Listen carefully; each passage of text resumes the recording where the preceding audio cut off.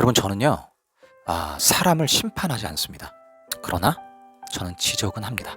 여러분 지적하는 것은 비판하는 것입니다. 비판은 잘못된 것이 무엇이고 옳은 것이 무엇인지 제시하는 것을 비판이라고 하는 거죠. 여러분 성경에서 말하는 비판하지 말라라는 말씀은 개역개정에서는 비판으로 번역이 되어 있지만 다른 타 번역 성경으로 가면 그리고 원어를 보면 판단하지 말아라, 심판하지 말아라 이렇게 번역이 되어 있어요. 사실상 판단하지 말라는 말씀은 심판대에 너가 올라서 사람들 심판하고 다니지 말아라 이런 의미예요. 비판을 하지 말라는 게 아닌 것입니다. 여러분 상식적으로 생각해 보셔도 잘못된 것을 이야기하고 올바른 것을 제시하는 비판 행위를 여러분 안 하며 살 수 있습니까? 말도 안 되는 거예요. 비판이라고 하는 것은 우리의 삶에 너무나 일상 속에서 일어나는 일부분인 것입니다. 근데 이 비판 작업을 안 하고 산다는 건 자기를 돌아보지 않겠다라는 것이고 무엇이 잘못됐고 무엇이 옳은 것인지 생각조차 안 하겠다라는 거예요. 예수님이 만약 그런 비판을 하지 말라 그런 거면 예수님은 사회 악인 것입니다. 예수님께서 하신 말씀의 뜻을 정확하게 하셔야 돼요. 너희가 심판하고 돌아다니지 말아라 이런 뜻이에요. 너희가 사람을 심판하고 돌아다니면 나 하나님 또한 너희를 심판할 것이다 이런 말씀이에요.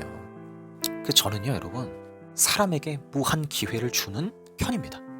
어떤 사람들은요 잘라버려요. 칼같이 아예 관계를 끊어버려요. 그러니까 그 사람에게 변화의 기회를 주지 않는 겁니다. 이게 바로 심판이에요.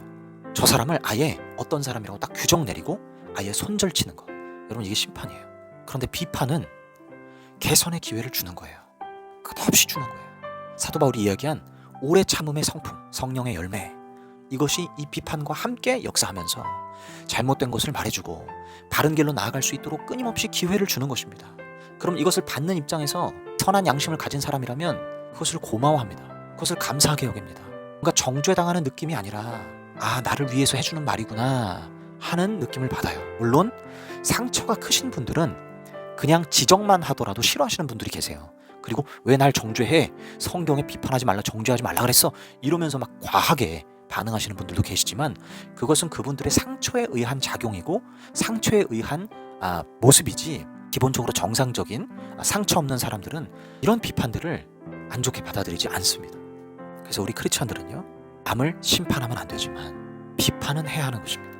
나 자신도 마찬가지예요. 나 자신을 심판해서는 안 되지만 비판은 끊임없이 해야 되는 거예요.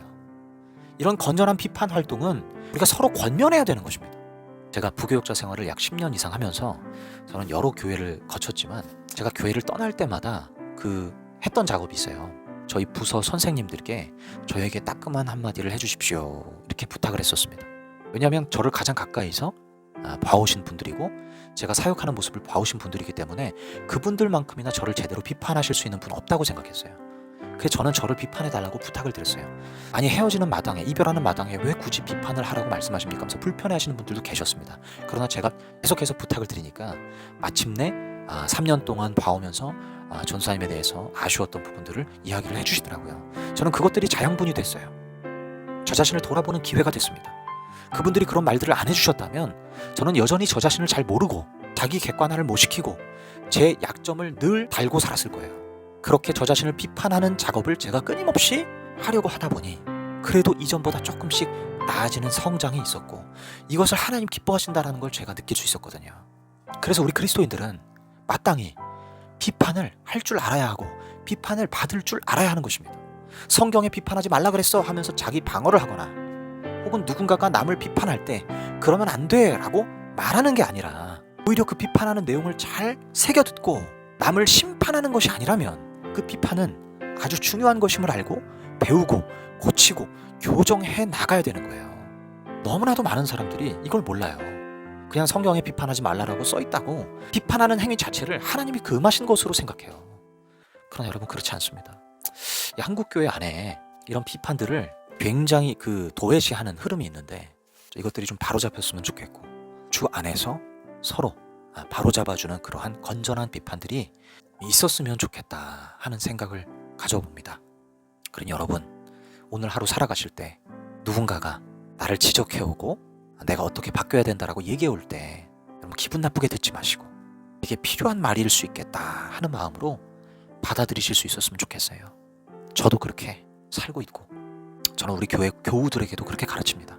여러분, 축복하고 우리를 성장케 하는 그런 아름답고 그런 건강한 비판 문화가 생겨나기를 간절히 바라봅니다.